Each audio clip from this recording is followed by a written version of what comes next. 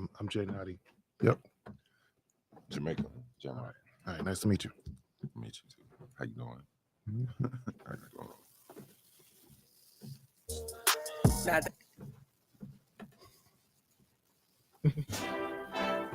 Oh, hell no. Now that's better. Can you hear? This is your president, Ms. Entertainment, and welcome to the Power Hour. We getting ready to kick this thing off in 5, 4, 3, 2, 1. Let's go.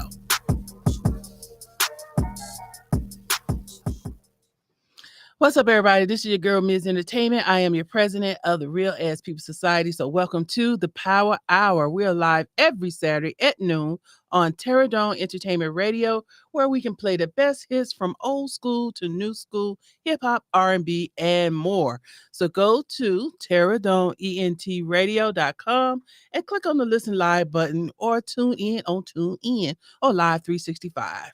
And if you don't catch us live, you can always catch the replays on terradomeentradio.com or on all your major podcast apps. And of course, I'm not in the place alone. Let me introduce my Chief Entertainment Officer, DJ Talented. What's going on, people, man? We've been off for 1 week, and I'm forgetting buttons and getting to hit stuff and everything. Hey, all kind of technical problems. Hey, that's all right. We still getting it in, though. We still getting it in. You know my famous words. What? It's better to be above it than under it. You dig? All right. And in the studio, we got the producer extraordinaire, the real JNauti. Yo, let's get it. Yeah. It's been another wonderful week. No complaints on my end. All right. And also we got new guest in the studio. He calls himself JamRock. But come on up closer to the mic right there. How you doing? How you doing out there? Name's JamRock, Jamaica, Atlanta native. Okay, when you talk, I want you to go right here. There we go. Here. There you go. Okay. Yeah. Yes. So, fellas, how was your week? Pretty good. I mean, minus all the the smoke we're getting from Canada. Besides that, it's good. We getting smoked? Yeah, we getting smoked. We getting smoked out over here. Yeah, see? Like if you go look outside, you can look online, but there's fires all over Canada, and that smoke is coming straight here. Yeah. I can't tell, I guess, because I don't go outside. Oh, yeah. Other than to get in the car. Yeah, I saw that by me in Douglasville yesterday. Oh, you saw it? Yeah, a little bit. Yeah, it's out there. Yeah, you can, like, for me, I know, like, when I got in the car, like, my eyes got dry, and I was like, what in the world? What's wrong with my contacts? Oh, there's smoke. I forgot about that. Yeah, it's out there. Yeah. Besides that, my drinks are still cold. Beats allowed. Had a good little event this week. So no complaints on my end. All right. Mm-hmm. Yeah. Well, mine was a long week. Giving my job those hours. Giving them hours. Mm-hmm. But, I got like 5 days off now. Oh, okay. Nice. Now that's what I'm talking about right there. Yes. Ran that volume out. The stores need what they need. Now, JamRock, you are a part of the Fathers Incorporated. Yes, ma'am. Tell me more about your involvement with that. So I got in the program earlier this year. Mm-hmm. There's a thing called Strolling Thunder at the Capitol. Where you get to talk to the legislators and things like that. So my son, his mom, we went to that, had a good time. And the Gentle Warriors Academy, which is Fathers Incorporated, they were kind of there, kind of saw the emblem, just like, let me get some more information. They got me in a class by that next week, and they teach you, different things, kind of how to deal with your co-parent, with your kids at different ages. They help you with legitimation.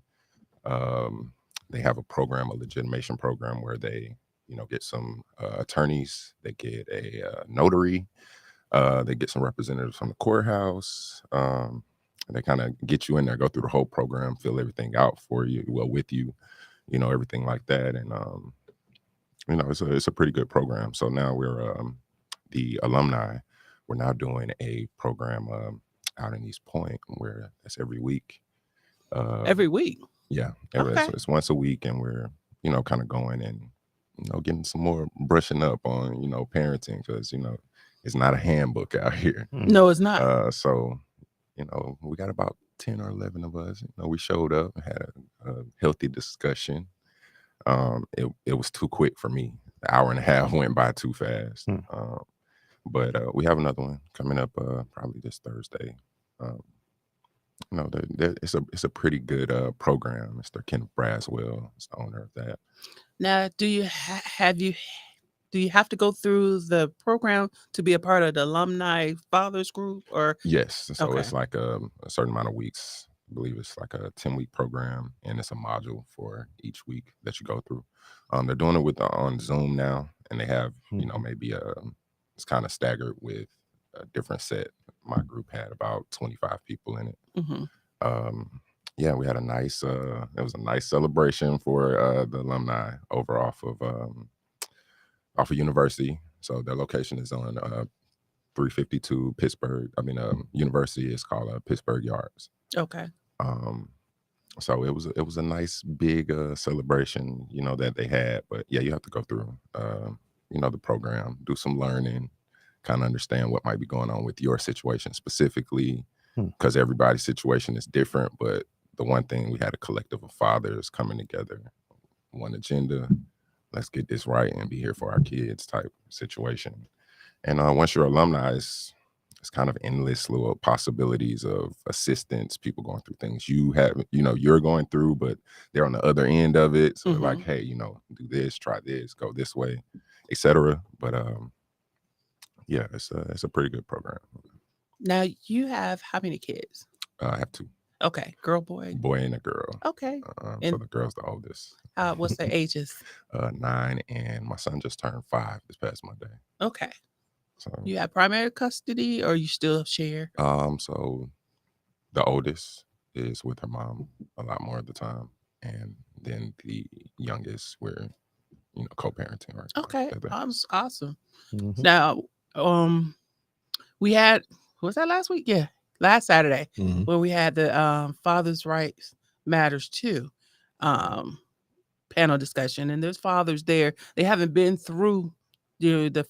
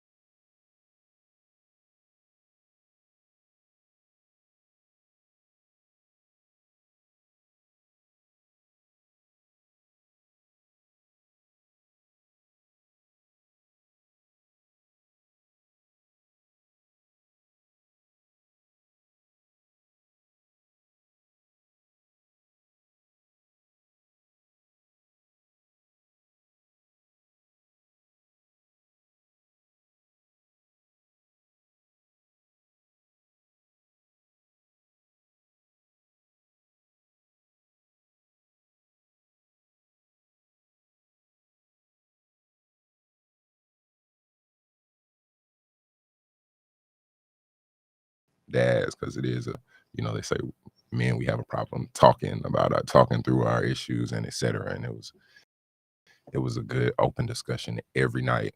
It always went just like that, and the cutoff time like 8.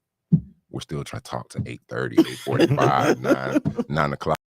But do so yeah, it's definitely a good outlet for sure. We used to have a show, Men Do Talk, playing off that men don't talk, but y'all do talk. You just Different way, and about different things than what women do, of course. Yeah. And just differently. But I encourage y'all, especially when they're talking about men shit, y'all really need to talk more, because women talk all the goddamn time. Yeah. Too much sometimes. Yeah. Yeah, and Just gonna say that. So I was a lot of outlet or programs for fathers, because I think maybe after my son was a year and a half, something like that, things get different for me.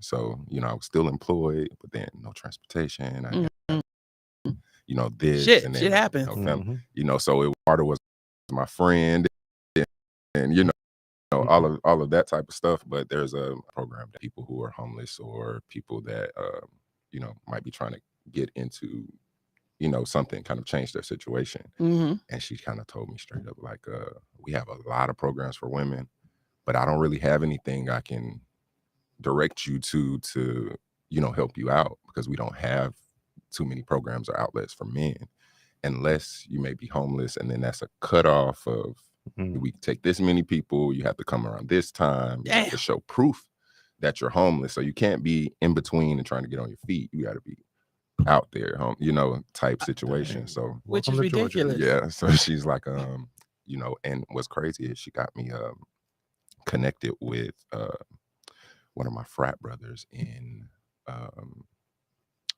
the chapter here, you know, because I came from Savannah. I graduated at Savannah, Crossing Savannah, came back here, but they have a graduate program here, and I hadn't met the guy, but she knew the guy through some contacts, got me connected with a guy at UPS.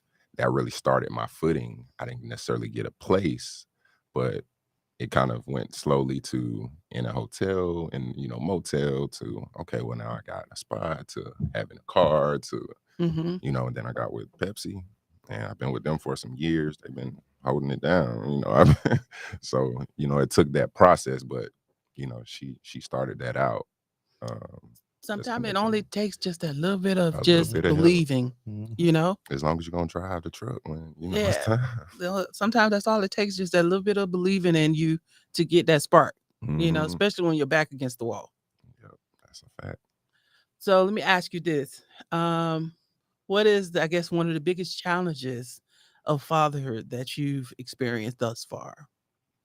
To be honest, the court system is the biggest challenge. That it's crazy. There are certain situations where I see that fathers kind of prevail, but most of the situations I see people throwing tens of thousands of dollars just to get maybe even some like custody time with their kids, and that back and forth, that fight with the mom. And most of those situations, they're not with them anymore. That causes more friction. It does. And then, you know, it just, you get in there and you feel like everybody's against you. So you have to have somebody in your corner, somebody believing in you, somebody, you know, like, hey, you know, I know it seems hard, but just keep going. You know what you're doing it for, type thing. But that's one of the biggest things, because, you know, most dads that are trying to be present, they're around their kids. They're gonna get that reciprocation of, like, this is what I'm doing it for. I just got to keep fighting no matter who's against me. But that court system, definitely, no matter how I came different times, I'm down again from another time, and I'm gonna come back and fight once I get my bearings back, you know, type thing. But I got them, you know, together. At least I'm seeing my daughter more. That's I have good. constant connection, you know, with my dad, his mom. I mean, with my son. His mom's mad because he says, yeah, dad's my best friend. Like, well, why? Always asking him why. It's like, I mean, it's my dad, and he texts me. And it's nothing like that bond like, between father and son. Man, what? Nothing like it. And I love my daughter to death. I love her to death. But nothing like, you know, seeing your mini-me. Definitely. Because I never not believed what, you know, for the court system being hard, but it's a definite eye opener when you see it firsthand. Because I went to court when, I told the story before, I went to court with my cousin when his wife left him with somebody else and blah blah blah, but she took him to court for abandonment, which was crazy as hell. That's how I'll support that way. And I just saw my daughter, and I just got put on there as far as crazy child as abandonment. I mean, of course they dropped that, but it's crazy. It's they can crazy go as and hell. just say, hey, this is what it is. They get a lot of backing from the court. Yes. Don't have to have any proof of anything. Nothing. She took his, because he works where he gets more hours during the holiday season, so that'd be his biggest checks, right? So she took those checks as proof for child support, Mm. and he tried to explain that to the judge. That's not right. No, it gets worse. Continue. The judge told him, "You need to go get you another job." Mm. What? From the bench. I'm looking like, God damn. Wow. I'm like, oh my God. I would never believe no shit unless I seen it for myself. Oh yeah. He told him to get another job, $1,000 per month, one child. Mhm. to keep up I'm with the numbers that he know He- aren't correct. Yeah. The judge took the vehicle he bought, paid for before they was married, before What? they were together, gave it to her, and gave him the car that she wanted that was paying notes on. So he had to Mm. take that car. I was like, ooh, oh my God. So Wow. the last quote I had that the last time I went and they added more money. They quoted money that I'm not even making. It was more than it was more than what I'm making, and Right. but my Zoom call on my final hearing, it was maybe like 7 minutes. I lost my attorney about a month or so before the final hearing because I couldn't pay. I paid like $5,200 or something like that. They wanted another $3,000 within that window of the month and a half, 2 months. Couldn't pay it. She's like, well, I'm not gonna represent you. When I went in there, he signed off everything that her attorney said. Damn. And then that was more money. Lock in on back child support. Take it out your check too. We want like almost $1,200 from you every month type thing. God damn. Less time. You get 4 days out of the month now. But we'll give you week on, week off for 2 months for the summer though. But you still got to pay her. Yeah. You still got to pay her. Mhm. Because Yeah. when his son is like, my husband, he's paying child support, but when we have his son, it's not like this child support stops Yeah. for that Right. time. You're still paying that going to her, and she just got 3 months. Mhm. Yeah. And then make you do the legitimation so you can recognize your child, go to court, and you might not want, say, my significant other, and she doesn't want to do child support, but I'm doing the legitimation of my son.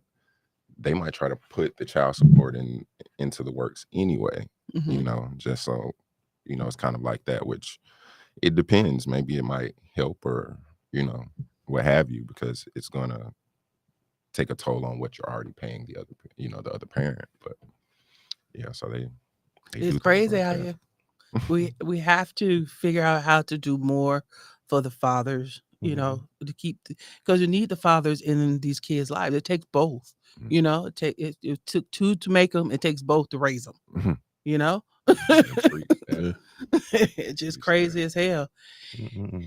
Any advice for soon to be, or any? I don't know if y'all even thinking about any kids. We are. I mean, I have also horror stories, not me personally, but folks that I know that have gone through, situations where, if I was to explain it, you'd say, how did the court? But then also you have to also go back to, well, what else does the court normally do? Mhm. Right? How else does the court normally function? Right? Yeah. Yeah, it's not actually, it's a business. Yeah, that's It's not right. justice. business. It's a business. They right? represent the state. They represent the state. Divorces, child support, they represent the state. Right. This is how they get paid. This is how the judges get paid. This is how the attorneys get paid. This is a business. Let's keep them moving. Let's keep them coming back. Let's charge them more money. It's a business. Yeah, Yeah. it's crazy. Yeah. So It is crazy. Well, I appreciate you sharing your story. Oh no. Because I do encourage y'all still to. I know with the Fathers Incorporated, y'all alumni, you had to go through there, but there are some fathers that don't have the means or the opportunity to go through the program, but still need that knowledge. Oh, definitely. Still needs that knowledge. Oh yeah, they can and that definitely reach out. that menship. Mhm. Mhm. So I keep pushing y'all to say, hey, let's get together. Mhm. For fathers and one day going to be fathers. So you can just, like I say, don't have to necessarily be about the negative stuff, the positive stuff too, Mhm. for sure. raising kids. Because raising kids, like, it's no book. This shit is hard and it's expensive. Mhm. And then you still is a crap, that they turn out right. Even though you put your best foot forward, they can still Everything. go left. Mhm. Still go left. Yeah, You be that- looking like, how the hell? They're definitely open. A lot of different people, they won't go through the program. Though for me, like the program, I got to this point where I'm working nights there, 13 hours. But I was on the Zoom call for every one of them. Is like from 6 to 8. I was on the Zoom call every week. You know, it was twice a week for that. But you know, it was a Tuesday and a Thursday. But there are a lot of people who aren't getting into the program, but they can still you know, speak with the people, get assistance with certain things if they're not able to, you know. But as far as, you know, the program and the certain, I guess, benefits you might get from the program may be a little different if you're going through it. Definitely. But you can always reach out. I believe Kenneth has a podcast, I think. Yeah, he did mention something about they have something like once a month or something like that. Yeah, he's doing a podcast. I have not been able to catch the podcast yet. So I'm working at home, and I live in Douglasville, and I work in the city by Topgolf. So it's like if it's not my kids and work, I don't blame you. I don't go out no more. I mean, my only outlet used to be you know, kind of get into the studio or certain things like that. Have a couple people that are musicians. I might take my guitar friend to my beat maker friend, and then, you know, we all have a jam session or what have you. But now it's gotten to that point. I'm further. He's out here in Tucker, all the way in Douglasville. So it's just home, roasting marshmallows with the kids, watching movies, taking to the park. Got that membership, Six Flags. So took them to Six Flags this week. You know, they had a good time, you know, but I would still encourage you to get back into focusing on you and your outlet, because you can't be the best that you can possibly be for the kids, you know, unless you have that stress reliever, you know, a way to just let that thing out. Because talking, you know, with the panel last week, we had a mental health counselor, and it just reinforcing that need to have that outlet to just let things just let it out, whatever that case may be. If music was your thing, get back into it. And guess what? We got a producer right here. Yes, sir. That's crazy. So definitely try and find a way to just let that thing out. And plus, we got a recording studio. Woo-hoo. So hey, you in good hands. The double whammy. Double whammy. But you have to find that balance of taking care of you. Just like when they said in the airplane, when those masks come down, yes, you got to put yours on first. Yes, because you are no good if your ass passing out and trying to help the person next to you. So my encouragement. So producer extraordinaire, Mr. JNauti. Yeah, let's get it. So we had an event on Thursday because June is Black Music Month. And we had a panel discussion. Plus, we had some artists perform. And JNauti was on part of the panel. So give me your take on the actual event itself. What are your thoughts? Yeah, it was a good event. I think the discussion probably could have went longer. Oh, it could have. Yeah, it could have gone longer. I had to cut y'all off. We had to get out there. I know. We saw him. I mean, but the reality is we were discussing, the effects of technology like AI with music and art. And, some folks are, against it. Other folks like myself are for it because there are benefits, right? Now, obviously it can go both ways. You're always going to have someone trying to take a shortcut. However, true creatives are going to always win, right? People who are dedicated, they're going to always win. So it doesn't really matter at this point. The only thing this technology can do is it can take those, it can basically give you a bigger platform, right? It can give you more access. It can give you, the ability to do things you couldn't do before. Like you mentioned, your guy lives in Tucker, you're in Douglasville. You can do Zoom sessions. I do Zoom sessions all the time. Right. Yeah. With musicians. Yeah, you can totally do that. And even if he has his guitar hooked up to his sound card, you can still hear it.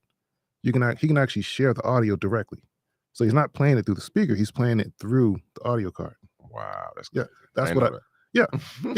That's what's available for you. So, Easy. This technology is here. It's here. It's just a lot of folks are not aware of it. And the folks that are aware of it, they're just using it and they're just going on about their day. And you're like, how are they doing these things? That's how.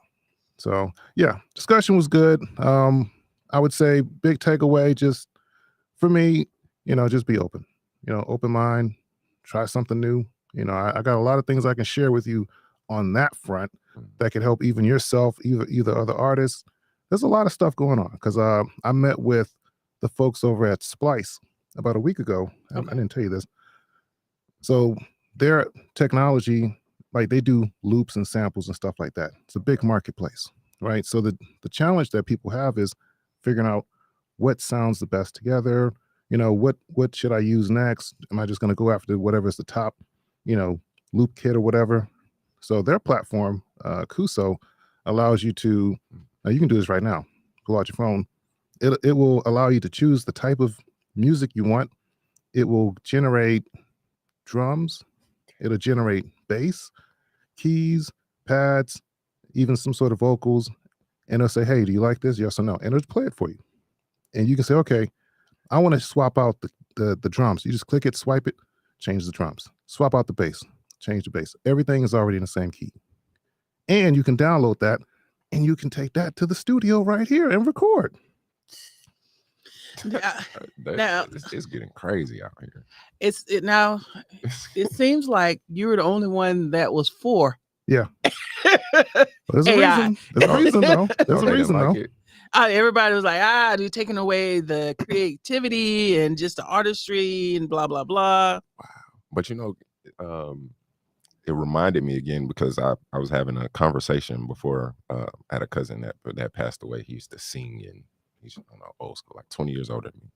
And the conversation that he had when we had our basement studio and the whole situation, we were having that conversation. And when I saw Wu-Tang, I don't know if you saw when they had the guy approach RZA, and they're basically mad they're not having as many of the natural sounds, like the people playing the instruments. He was able to do it from the machine and etc. And it's kind of like that when the generation is switching over and it's changing a little bit, then it's like the people on this side, they're like, no, we want to keep it this way. And other people are like, no, this is innovative. Let's try it this way. And they're like, y'all are, you need to put in real work. And, you're not really doing nothing but hitting a pad or hitting some keys, but it's still the creativity that's coming with it. Because if you don't have that, you don't have anything. So I don't know.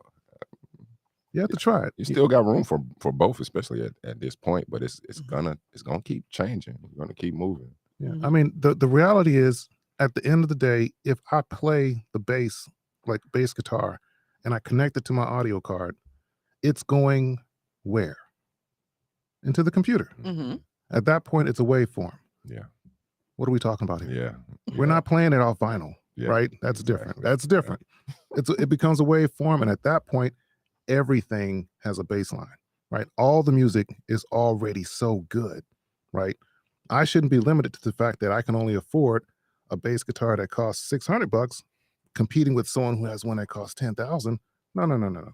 Soon as you record that loop from your bass guitar that costs $6,000, you cut that, we sample it, I'm already there. I don't have to go and hire this bass guitar player. And here's the other thing. On Splice, a lot of the loops are made from musicians. They're actually playing instruments. So people are really confused with what's really going on. Yeah. It's already here. Yeah. It's already here. They're like, oh, well, no, we have to stop and we got to go play the keyboard. It's already in there. Like, analog stuff has already been added to the software. So at this point, for myself, if I was just, a rapper or a songwriter, I'll say, okay, let me just get access to a starting point, and then I'm going to link up with a producer and let's finish where I'm starting. Right? That's it. It's not going to replace it, but it gives us a place to start to where more options. More options, because a lot of songwriters they can't find music to fit whatever they're writing. That's it, right? I run across that a lot. They're like, I got 15 songs. I don't have any beats for it. I have no music for it. I want it to sound like this, this, and this. Look, let me give you access to the platform. Just find the sound that you like, and then we can work on that later, right? That gives you time to spitball and just be creative. And you say, hey, look, this is what I started. Let's elaborate. Let's finish that. Yeah. It just moves the process forward. It's a lot. Hey, it's a lot different now. Yeah. You used to be, I remember those days fat notebook idea of Yep. each song and what the beat sounds like, and all of that. Now it's and even over time, it's still been a little different, because you would have those producers that's just like, oh, so you want, and they might be able to recreate it off of what you're saying, but with this, it takes it to a whole nother level. You can just don't get even it. have to deal with all of that. Yeah, and also like some of the folks, like, I know, like, so like in the conference, they kind of started off talking about gospel music, right? I like gospel music, right? Yeah. They are really good musicians. I have access to choirs. I have access to their keyboard players. I have access to their guitar players. I have access to all their drum players. I'm talking and about that's Grammy software. award-winning individuals. Mm-hmm. Right now, I can make a gospel song. I can make a gospel album if I wanted to, and it will sound like something that Ye may have made. Yeah. Right? I can do that right now if that's what I want to do. Mm-hmm. When you're talking about do that right now via the software and Yes. the AI. Yes. Again, once the music's recorded and it's added to the computer, it goes from like analog to digital. That's it. Mm-hmm. We have it. We can manipulate it. You can do whatever you want with it. Yeah, there's no real difference at that point. So where do you see it going? So we can do this now, but what's left? I would say, ultimately, I see things going towards the point of where you're going to license your likeness or your artistry or your voice, right? Because a lot of the simple tasks will just be done. And you say, okay, I'm an artist. I sound like this. I'm going to put my voice with, let's say, Sony. And Sony puts music out with my likeness, right? I don't have to actually make the music necessarily, but the music gets made. And guess what? It's featured on Netflix, Hulu. It's featured on movies and television. I'm still getting paid. It's my artistry. It's my image. It's my sound. It's just I'm licensing that. I think that's where it's going to go eventually, because a lot of the ones and twos will just be done. Because they can now replicate the voices already. Correct. They can take anybody's voice and make it sound like blah blah blah. And I've seen some scary stuff. yeah, I saw one. There's one software right now that you can find. This one will, like, you can, like, right now you can sample your voice. You can like send a bunch of recordings of your voice right now, and it will analyze your voice, and then you say, okay, what do you want us to sing? You can type in all the words from one of the Beyonce songs, and it will actually sing in your voice perfectly whatever you type. That's today. So so where are we going? I mean, I just told you where I think we're going. Yeah, we're going towards the individuality. Like the reality is not going to be so much. Obviously you're gonna have folks that want to play live instruments, and you're not going to replace a live performance. But as far as what's hidden Tidal and Spotify, I think that's going to be one of those situations where, hey, we can make music based on what you are. Your job now is to tell your story. What do you want to talk about? Right? Get people interested in you, not so much just how you make music, but what's your music about? What's your story? What do you really want to talk about? Mm-hmm. Right? Because there may be a story that you can talk about personally that people may want to hear. You just haven't done it because you can't get over the hurdles of, I can't find anyone to record the bass. I can't find anyone to make the beats for me. I can't find anyone to help me promote it. What if you could? What if it was all done? What if all you had to do was just say, hey, look, I want to get my message out. I'm unique. I think other people want to hear this. I'm going to create a community. I'm just going to do this on my own. So I see a lot of friction with the large companies until they start doing it. But I think the independent artists right now have the opportunity to skip ahead of them and take control. Yeah. Now, one of my takeaways is, you was talking about the independent artists where you don't have to go with the norm or what today.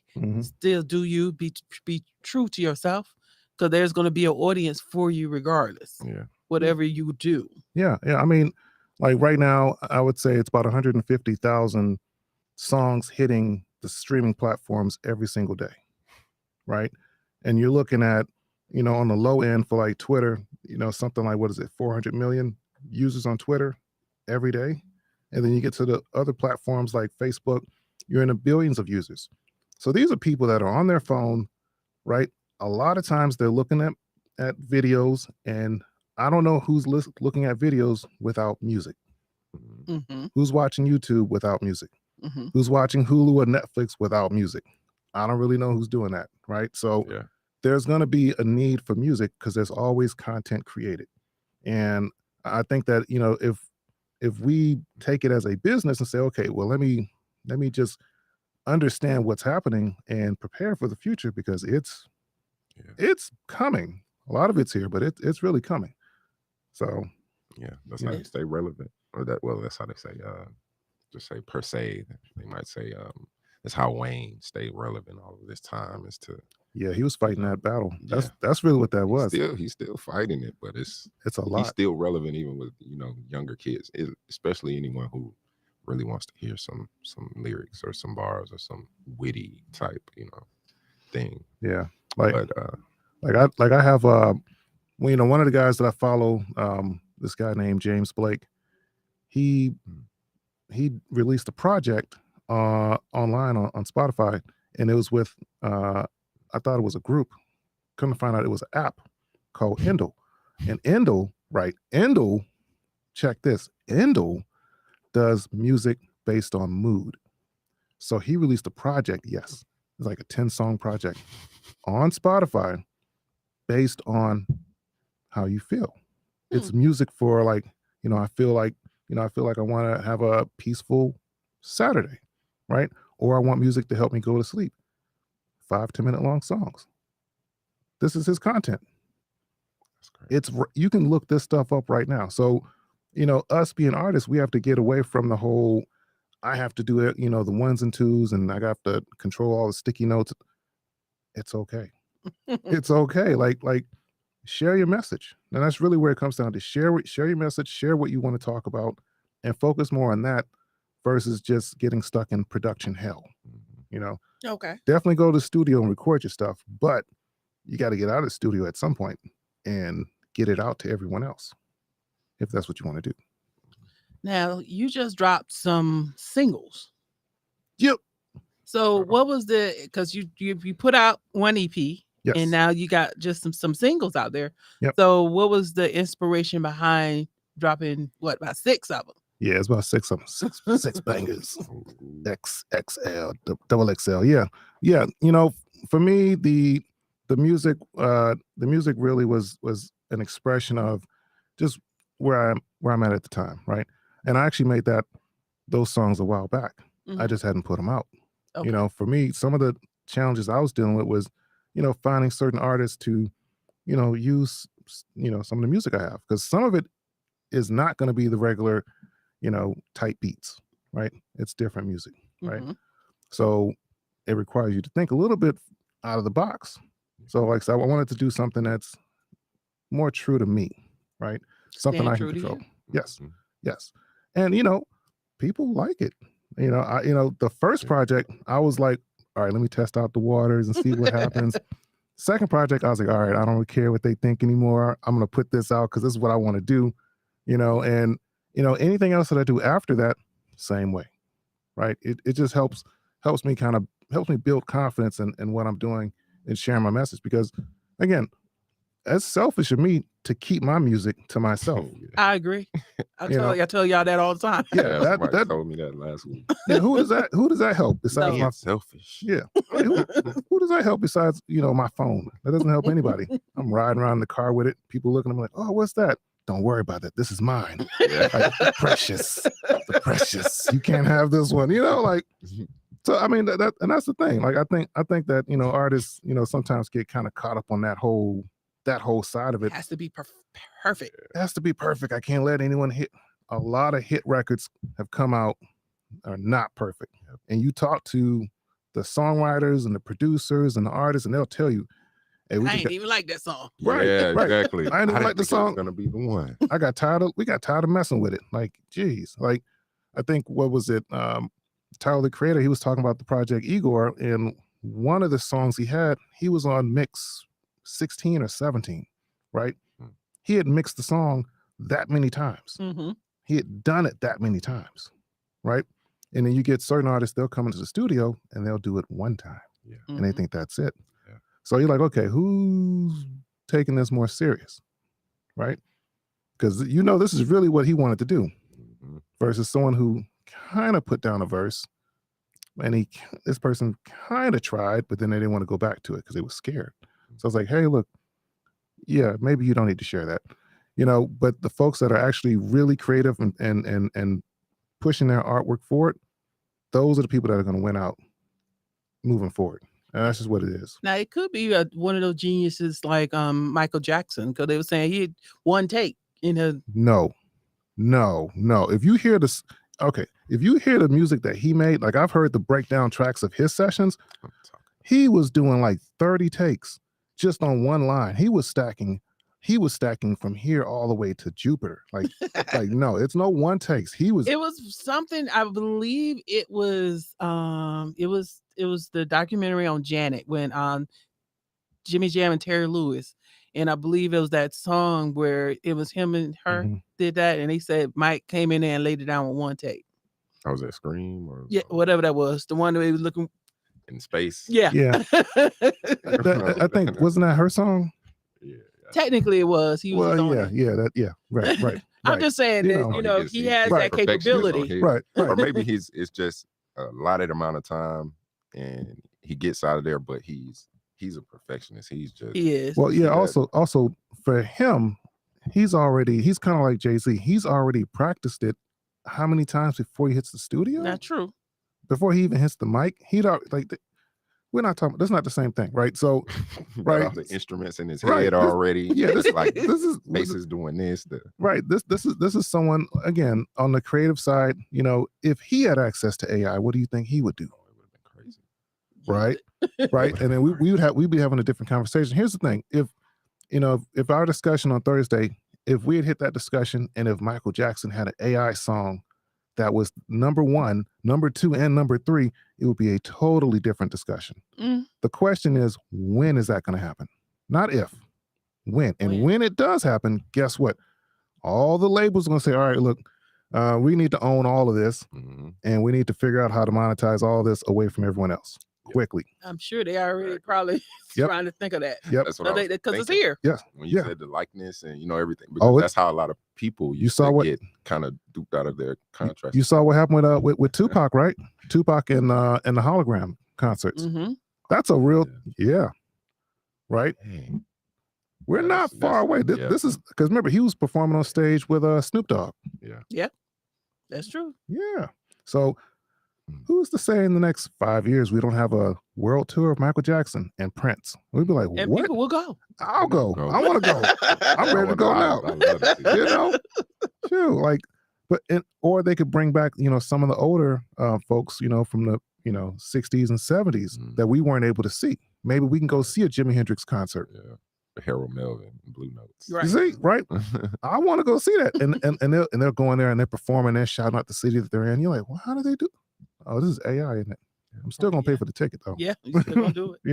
So you're listening to it on your phone. Right. And when they're performing, it's still gonna have real musicians playing it live. So it's still a concert. It's still a concert. Now these songs that you released is they're about 2 minutes or less. Was there a reason for that? Yeah, I mean, again, so when you look at overall like the machine learning, the algorithms, AI, and all this stuff, my goal is to get people to listen to as much of the song as possible. Usually I would have songs that I thought was 3 minutes, 4 minutes long, right? But you get dinged for that if people only listen to 30 seconds of the song, which is really the attention span for casual listeners. So, the way I look at marketing, you're going to get casual listeners first. That's what happens. Right. They're going to casually listen to a little bit. I don't know, you can go to the next song. Okay, great. But the platforms are like, hey, they didn't like your song. They didn't listen to much of it. Your song is 4 minutes long. They listened to 10 seconds. Okay. Let me work on that. Right. let me kind of change some of these percentages. So yeah, that was a part of my calculation. And again, though, for me, being a producer, I can make a lot of music, but I'm also testing out how the market is going to respond to it. So all right. So we're not gonna go through all of them, but I'm my favorite one. Listen to a minute, and then tell me what was your inspiration behind this. Anybody anybody else. Anybody else but you. Anybody else but you. Anybody else but you. I don't want anybody else. Anybody else but you. Anybody else but you. You. Anybody else but you. I don't want anybody else. Anybody else. Anybody else. Anybody else. I don't want anybody else. Anybody else but you. Anybody else but you. Anybody else but you. I don't want anybody else. Anybody else but you. Anybody else but you. Anybody else but you. I don't want anybody else. Now that can be a man's theme. Well, you know how women have those songs, the women anthems. I can see men. Anybody else but you. Yeah. Well, for that song in particular, like I made that song because I was thinking about my wife, and I was like, I don't want anybody else but you. Yeah. That's what's up. Yeah, because even she was like, "What? That was for you." And yeah, like I said, that's how I feel. Yeah. And I wanted the music also to have that kind of movement, right? And I'm not saying I'm a control freak, but I know I wanted it to sound like that. Like I wanted it to sound like that. So yeah. Or you can flip it. That's I want wild. anybody else but you.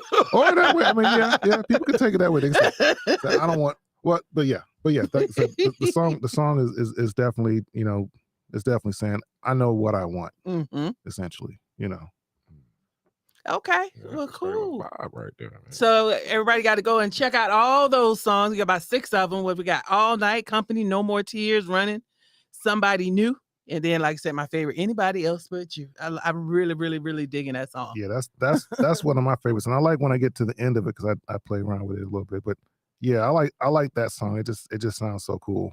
Sounds good in the car too. Yeah. that's what I was thinking. Yeah. All right, let's go Drop ahead top. on and get moving on to, let's get to some hot topics. But I would definitely want to talk about this before we close out, because we are already almost at time.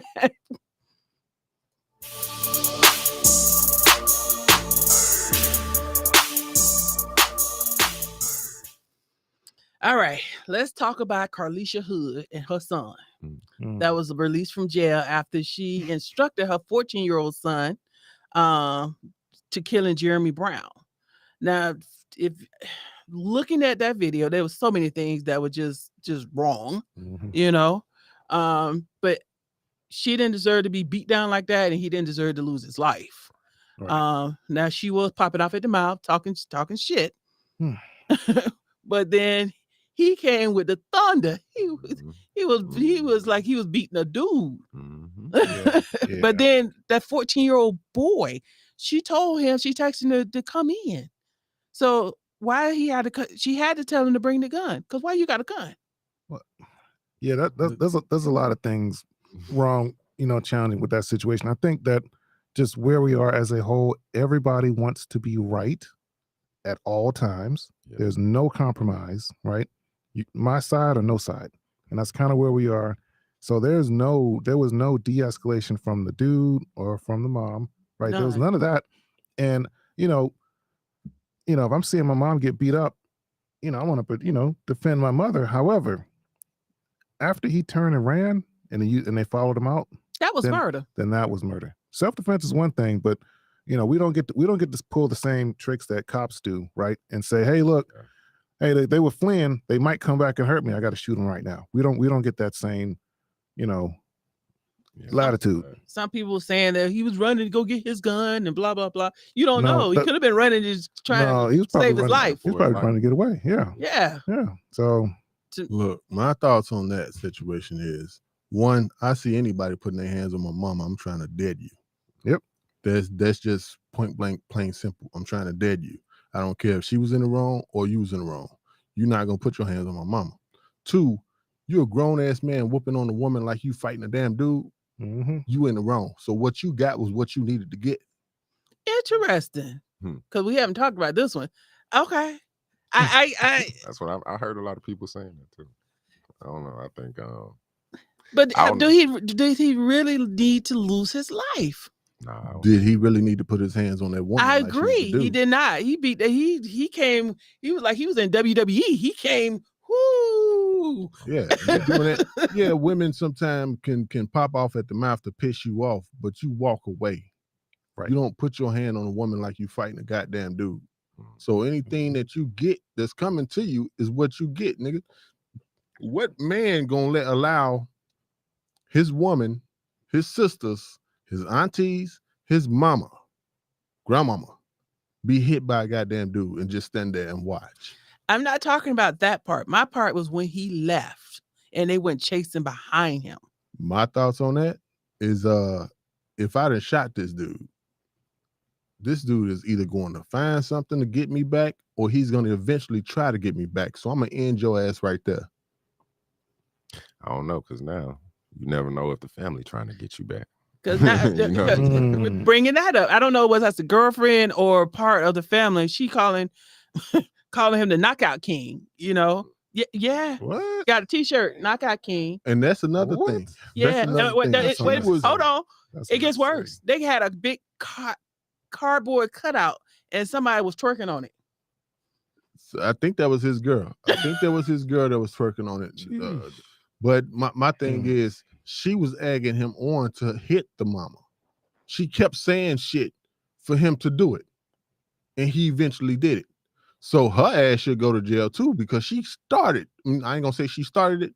Because she did throw the She was punch, instigating. but she instigated. So I didn't hear that part right there. Yeah. Because that's why the mother wanted to cut. She wanted the son to come back in and shoot her, the girlfriend. But the son's like, let's go, let's go. Yeah, okay. So that's what that part was. See, I was thinking where I come from, my cousin, I wouldn't have been having no argument with a woman anyway. But if something like that happened and a woman in my life was around, they would be having that argument. I wouldn't be having, because they're gonna step in instantly. You know, like, I don't want you to get caught up. I don't want you to, or let's leave. We need to go. Right. You know, but nobody still say, hey, you need to go. Nobody said, hey, but him said that she needs to go. So, but see, nowadays it's like women egg the man on to do stuff. Yeah. There's this social media skit that was done where this dude got beat up because his girl was in her feelings for the dudes talking mess to her. Felt like they was being disrespected. Yeah. I mean, like she was being disrespected. So after the first dude gave the dude a 2-piece combo, is what he said. His friend jumped in and she kept talking stuff. So dude gave him a little work. His other friend jumped in, gave him a little bit more work. Yeah. So he got in the car. He was like, why didn't you shut up after I got the first 2-piece combo? Well, they disrespected me. And he was like, get out my car. Get out. We over. Get out. Yeah. I kind of, because I know he's the calm one. I'm not. I guess once I try and walk away, but there is a level, and mine is a little bit quicker than his. So I can see that. My level goes straight violent. I see black in the person that I'm trying to get to, and there's no way you're gonna calm me down. So don't put me in that predicament, and we won't have to go to jail. Yeah, yeah. Well, that's how men are anyway. Like that's why we don't, normally most normal dudes, we don't walk around angry, right? Because there'll just be conflict. We don't do that.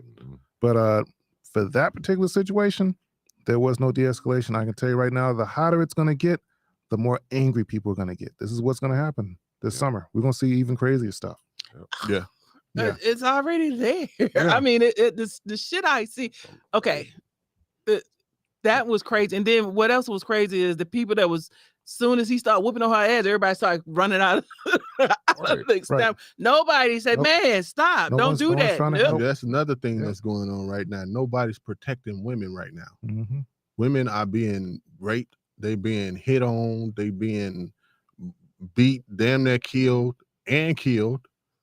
And when people see the situations happening, they run the opposite way and don't say shit. Or they do the opposite and they pull their phones out and want to get a video. Want That's to usually get it what on they're gonna camera. Right. No one's trying to help. On all these videos, though, you get it's like a tidal wave of, the women are saying like, we're the most unprotected, and then you have Especially the black guys women. that are coming in, and then they're like, well, y'all just denying us left and right. I can't even speak to you. I can't say this to you. Like, why? And it's like, where we raised at? Like, this could be my neighbor. You know what I'm saying? And I see something going on, I'm gonna step in and do something.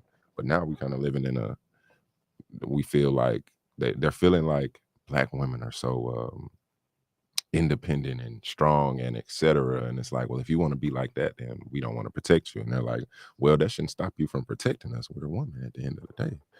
So they're having that. That's what I see in a lot of the comment sections on a lot of these different videos. Is just back and forth. Like it's a lot of stipulation. Yeah, exactly. Like I don't want you as a man. You you're not. If you're not making this, then I don't need you around me. I don't need you as a man.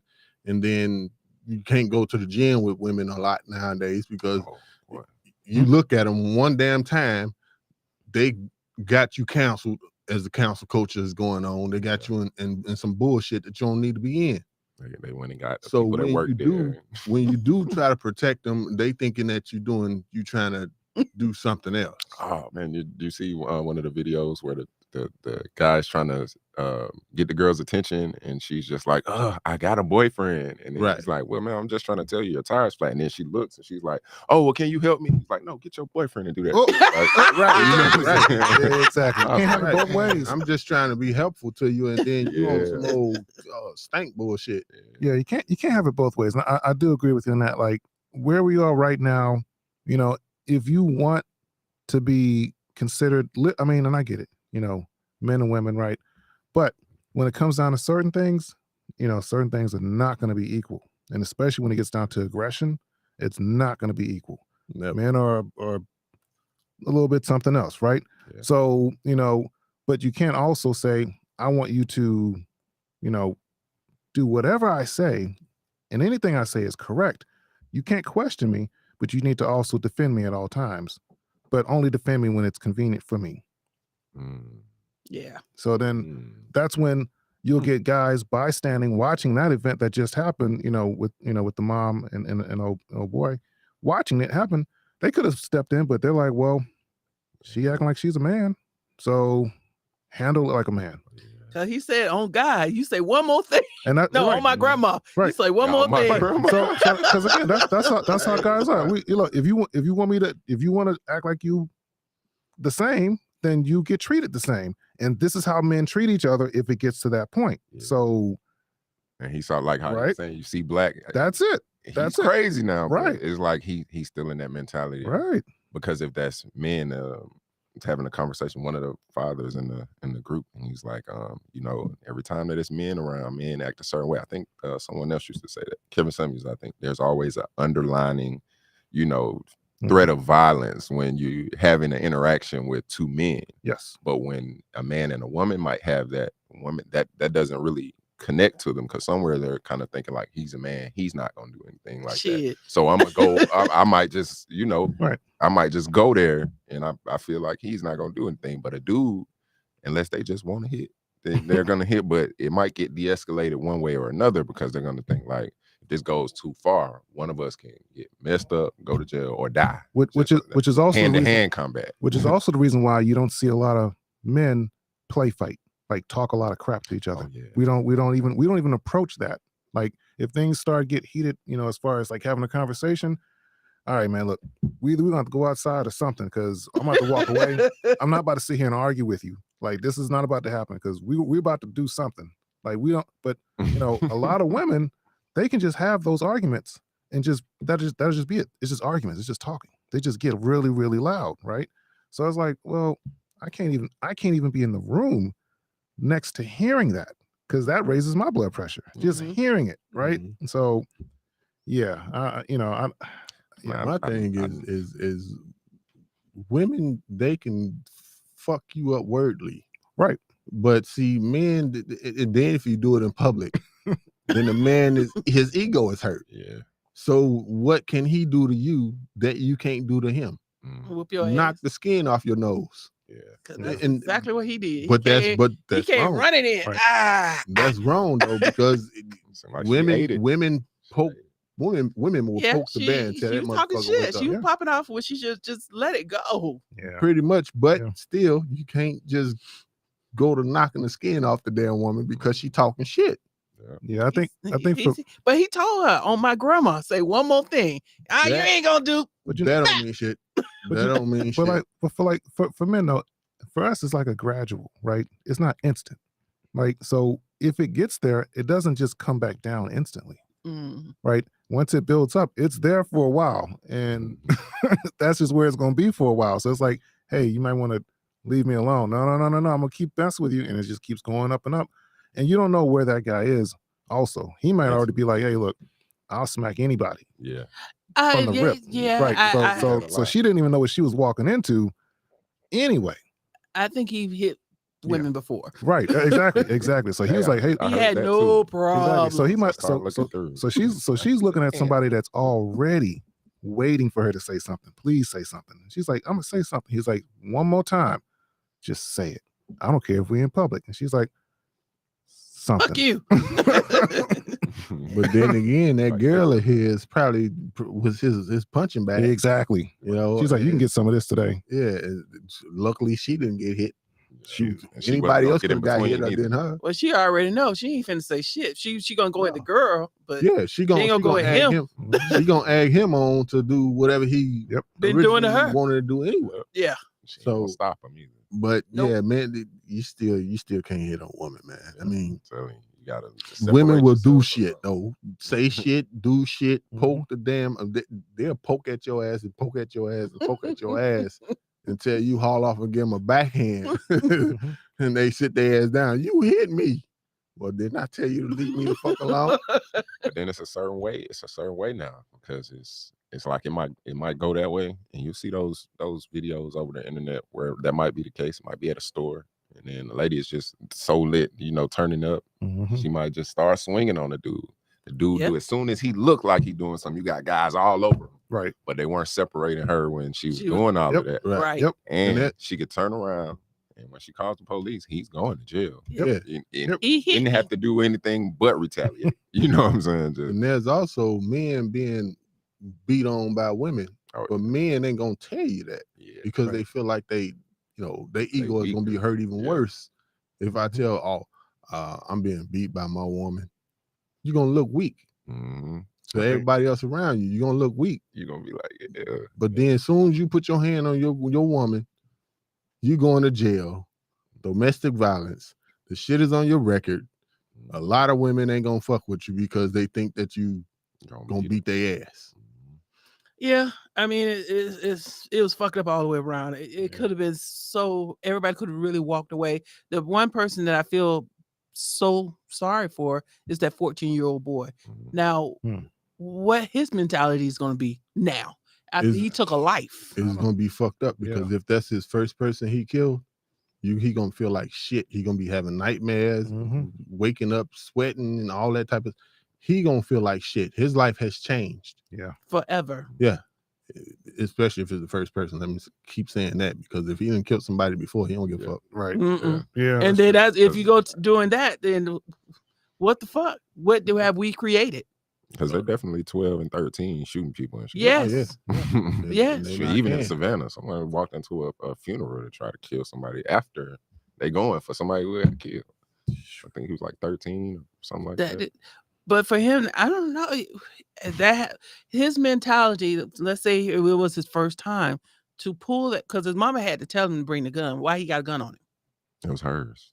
She told him to bring the gun. You never know nowadays Yeah, that's true. because He was in the You- car. yeah, She but you texted him to come inside. yeah, Mm. but you can fucking go on the street and get a gun at the age of 12, nigga. You got the money. No, I'm saying is he brought the gun. He was in the car. That was a He gun in the came car. inside to see what's going on with the gun, whether it's hers, or blah blah blah blah. It's the fact that he grabbed the gun with Right. no problem and came in there. Right. My thing is, how do he have access to it? Unless she told him where to get it, but did she have enough time to text that? hey, if I'm about to get into a fight with this dude, can you get the gun from the left side up under the seat? He knew what the gun was. Yeah, she probably just texted him, bring the heat, Yeah. bring the heat, and he walked in there. What is it? Oh, okay.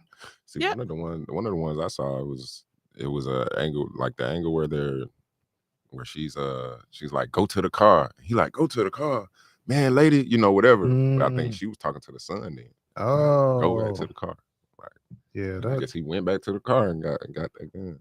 Yeah, that's unfortunate. But you don't know what to believe in the comments of you have people from Chicago. It's like she had a license to carry her gun. It was hers. You got people talking about the lady was tripping about her order, made them remake it. So then people's getting mad at her, and that's how they got into the argument. You don't know what's true, but you know what that video showed. Yeah, that she was running off his mouth. He said, "On my grandmother." You say one more thing. He went to wailing on her ass, and here come the son, pop, pop, pop, and then he run out. Then they chasing him, shooting him. Again, with those cameras, sometimes you can't never see the proper angle of what's going on, or they don't start at the beginning of the shit. That to me looked like them two was going at it prior to what's going on. Maybe he skipped a line or something. You never know what was going on, and she said something to him. And when she said something to him, it may have came off aggressive. Chicago people talks aggressively. Yeah. So he probably took it as her being aggressive, or she probably took it as him being aggressive. Somebody was in the wrong. They all was in the wrong. They all were in the wrong. It should never have got to that level. No. It's just somebody should have just walked the fuck away.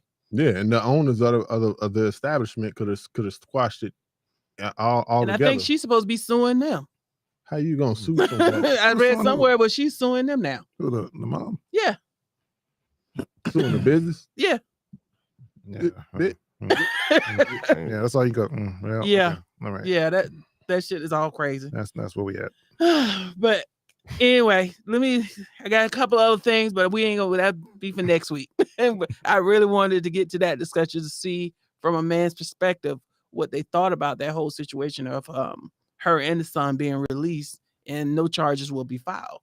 I think they should be released because he shouldn't have put his hands on her. Any person in their right mind is going to protect their mama without a shadow of a doubt. And a man beating on a woman and the way that he was beating on her, they should have got out. Because he wasn't doing nothing but protecting his mom.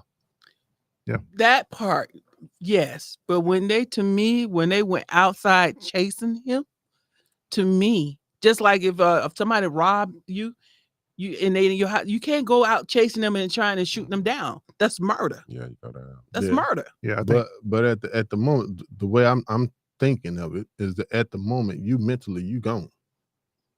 Yeah. So mentally, all you thinking about is stopping the threat.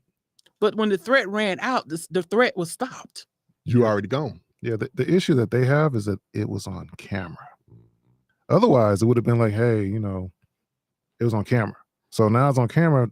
Now we have that conversation. If it wasn't on camera, right, we wouldn't be having that conversation. We'd be like, oh, okay, well, There'd be witnesses. Right. And it'd be hearsay. Yeah. So they said based on the evidence of the videos that they've seen, that's why they was released and no charges will be filed. So it could have been the shot that killed him was the one that was when he got shot when the kid inside. It could have been that. Yeah. But to me, like I said, once the threat was stopped and he ran, you were no longer being threatened. When you ran after him, that's where I have the problem. Yeah, it's a matter of defending and revenge. Yes. You know what I'm saying? It goes from defense to you should have never did that. You got to die. Type thing. Yeah, my thing is is you got to stop the threat. So even if somebody breaking your house and they turn around to you, you're not supposed to shoot them. But if they don't ran out the door, you can't go chasing them down the street. Even if they run down your stairs, you ain't supposed to shoot them. Because if they got their back to you, you're not supposed to shoot them. Agreed. But if a motherfucker is still shooting at me and he got his back to me, I'm finna light your ass up. But he wasn't shooting. When he crossed that threshold, went out that door with no other weapon, the threat was stopped. I think at that point, that's just my thoughts. At that point, you just flip them around and shoot them in the front. Drag them back in the house. Yeah. Like, hey, Spin them. Yeah. Oh man, he got shot in the front. Then the bullets flipped him around, and he got shot in the back. Oh, I don't know. You know, bullets are crazy. Oh man. It was a 50 cal. Yeah. I wonder if It they call ricocheted. like a crime. Is it a crime of passion type situation? Since that's- That was just aggression and just anger. It probably be, they might look, if they charge him, it might be like manslaughter or something like that, or Yeah. you know, yeah, they're not gonna go murder manslaughter one or worse nothing. No, I agree with you. It wasn't murder one. No, That they're gonna- definitely should have been manslaughter. Yeah, they'll But go anyway. down. But They'll go down. manslaughter get you more time, don't it? Nah. No, Uh, no, yeah, right. That again, justice system. Like Yeah. what? Mm, Oh, well, it depends on how you killed them. Yeah. yeah. What? But The I killed them. circumstance of them, how they Right. killed, It's how like, they got killed. this is America. Yeah. Yeah. Yeah. Only here do we have a justice system that is like that. Right. They'll, you know what's crazy? They'll get less time for manslaughter than for not paying child support. Yeah. That's fucked up all the way around. Yeah. Think about that for a second. Mhm. They're like, well, I don't make money off you paying, killing someone, but we do make money off you paying child Child support. support. Yeah. Go ahead and lock them up. They go towards that judicial retirement fund. Yep. Yep. All right, let's go ahead on. I got a good one for y'all, and it's not bad. Trust me. This is going to be a good one. Let's get to the real ass question of the day.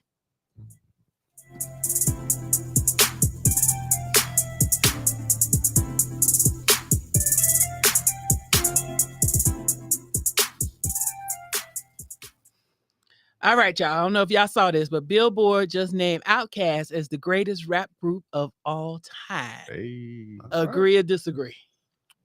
Greatest rap group said of all time. Of all time. of all time. Of all time. Rap group of all time. Of all I would, time. I would say I would say yeah, they deserve it. Yeah.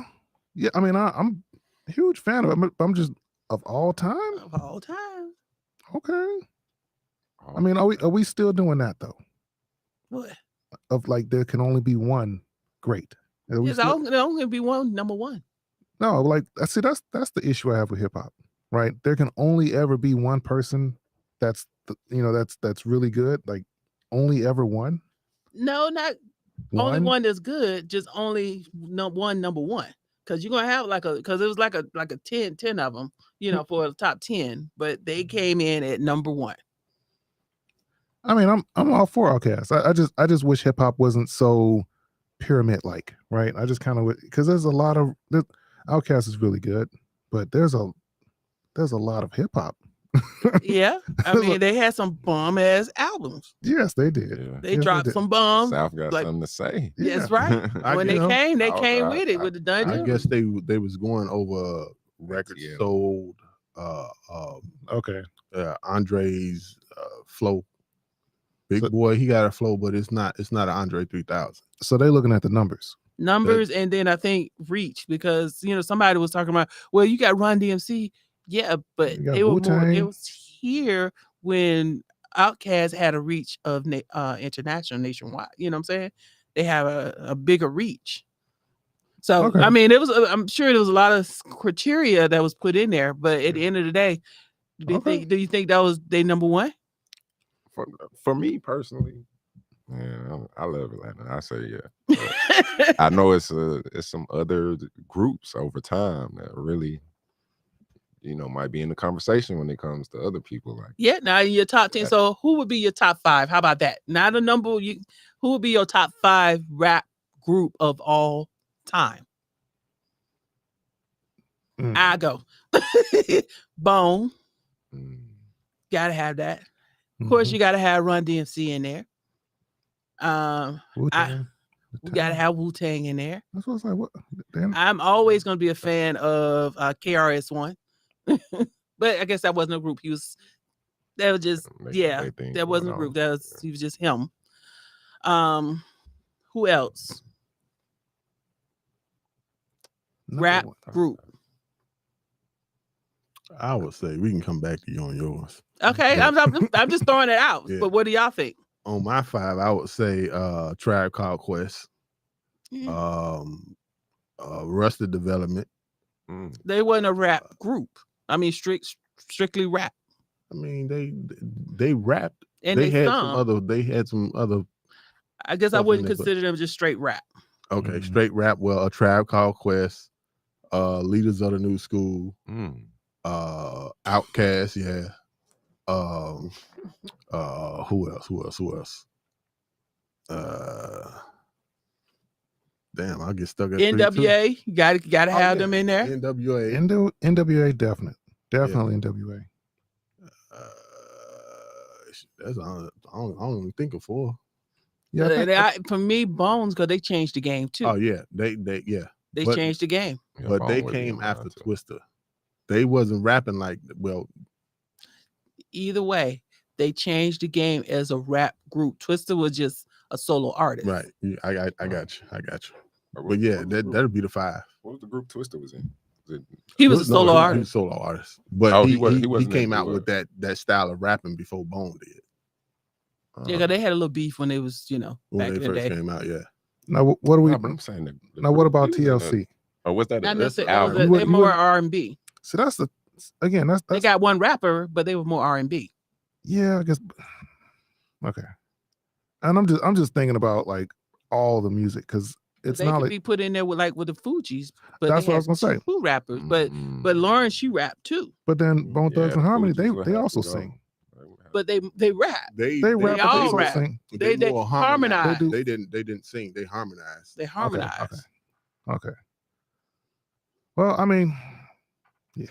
I would go. Just made me think about that. I put the Fugees in. Yeah. Okay. Okay. Yeah. No. I'm with it. I'm with it. I'm still look. I just dropped a remix to Prototype Yeah, that's what I was anyway. thinking. Do it die. Oh yeah. Do it die. Yeah, but not a whole lot of people knew about Knew it. about it. Yeah. Twister Do did or some Die, stuff with because Do or he Die, was- but he yeah. wasn't a part of the group. Yeah. They just it's kind of like that situation where your homeboys, you be in a lot Yeah. of songs with your Yeah. homeboys. So he helped them come out, and also Mhm. Psychodrama, if y'all ever remember them. Now, what's the group out of Chicago? Crucial Conflict. Now, if they Yeah. would have kept going, Mhm. there would have been another group that would just change the game with Yeah. the female that she didn't really look. You couldn't look. Is that a girl or not? But neither here nor there. Crucial Conflict didn't have no girl in it. That wasn't a girl. That was a dude. See? See? She's like, well, I gotta address the elephant in the room because the young people don't say something about 3-6 Mafia. They would include them. Yes. Yeah. 3-6. But then if you're gonna go there, I don't mess with UG- every single UGK? artist. Yeah. UGK. Yeah. I think that was my Scarface? first. That's my first. I mean, Ghetto Um, Boys. Ghetto Boys. Ghetto Boys. Yep. Yes. Ghetto Boys. My mom hated it was the first song I learned from front to back. It was Mind Playing Tricks on Me. Oh, yeah. Cousins taught me that, and I'm singing it around there. She was pissed off. Like, why y'all got him listening to this bullshit? First song I ever learned. I was probably like 5. So yeah, I thought it was pretty good conversation. So all right, let's go ahead on and get to our Black History so we can get y'all up out of here. Oh yeah. All right, every week we recognize and celebrate the achievement and contributions African Americans have made to this country. This week, I want to celebrate civil rights activist Medgar Evers. As a decorated Army veteran and college graduate, Medgar began as an active civil rights leader, active civil rights in the 1950s. His work challenged the 1954 ruling of Brown versus the Board of Education, segregating public schools were unconstitutional. He also worked for voting rights, economic opportunities, access to public facilities, and other changes in a segregated society. Evers was awarded the 1963 NAACP Spingarn Medal.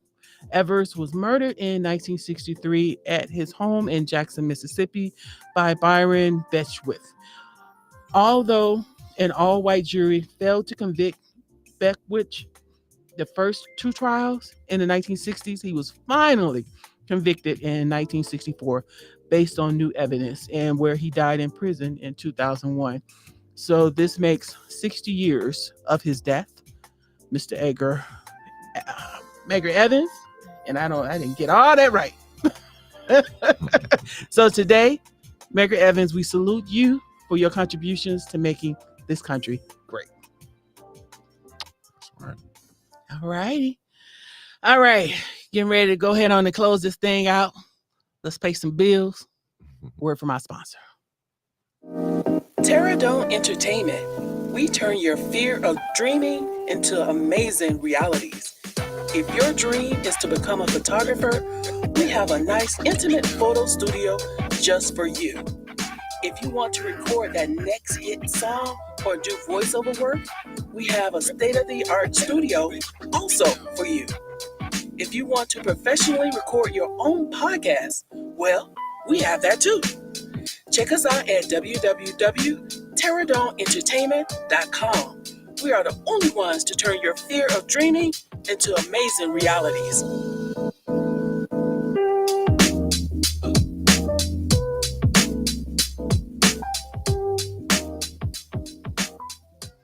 So shout out to dude over there, our producer for some of those beats. And that is our show. If you have any questions or comments, email us at info@terradomeen.com. That's info@terradomeen.com.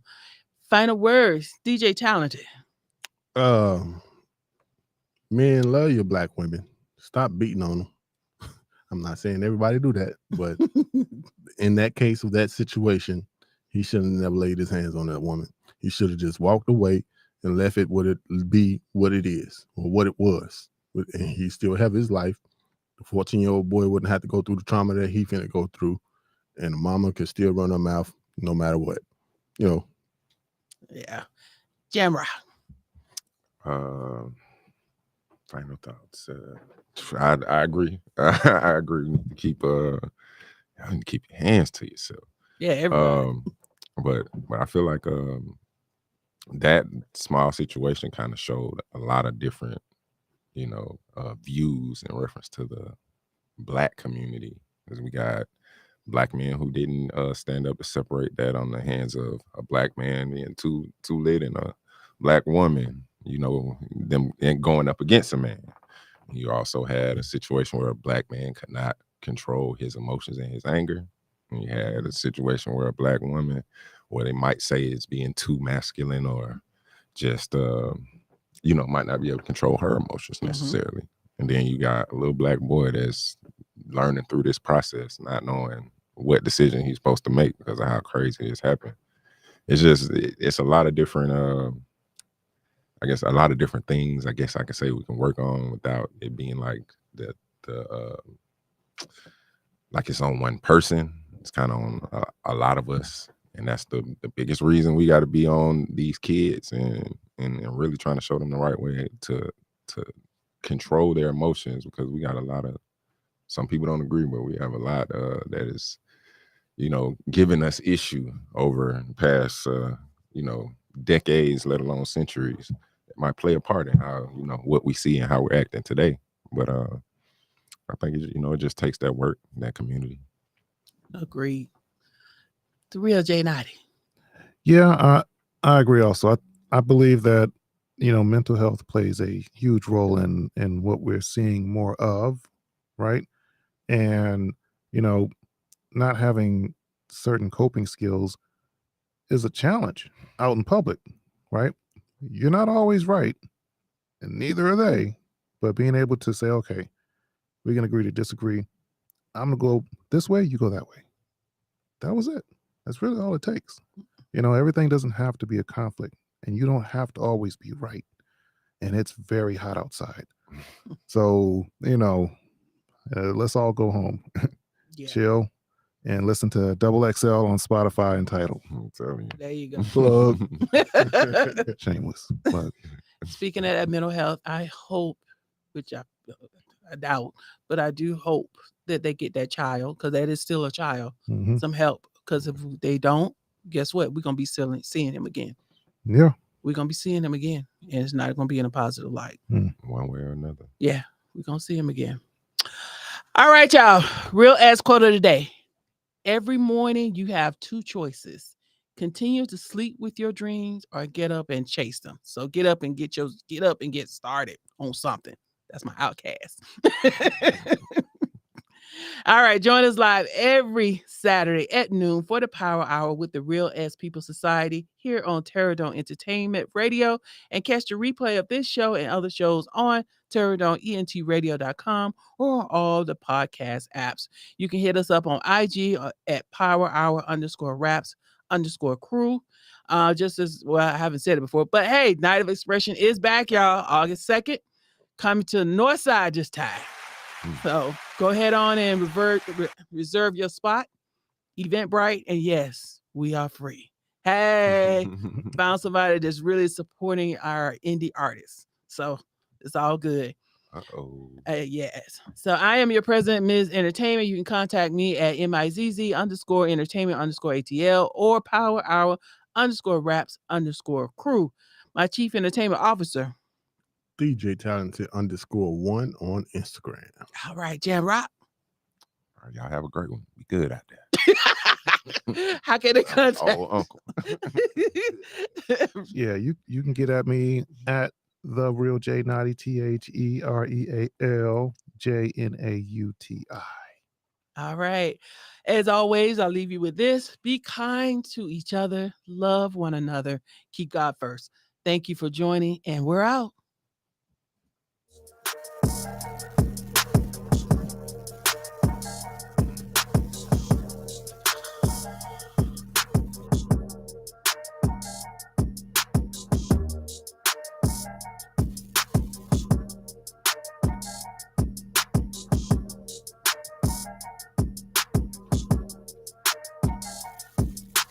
No, I'm still listening to the beat.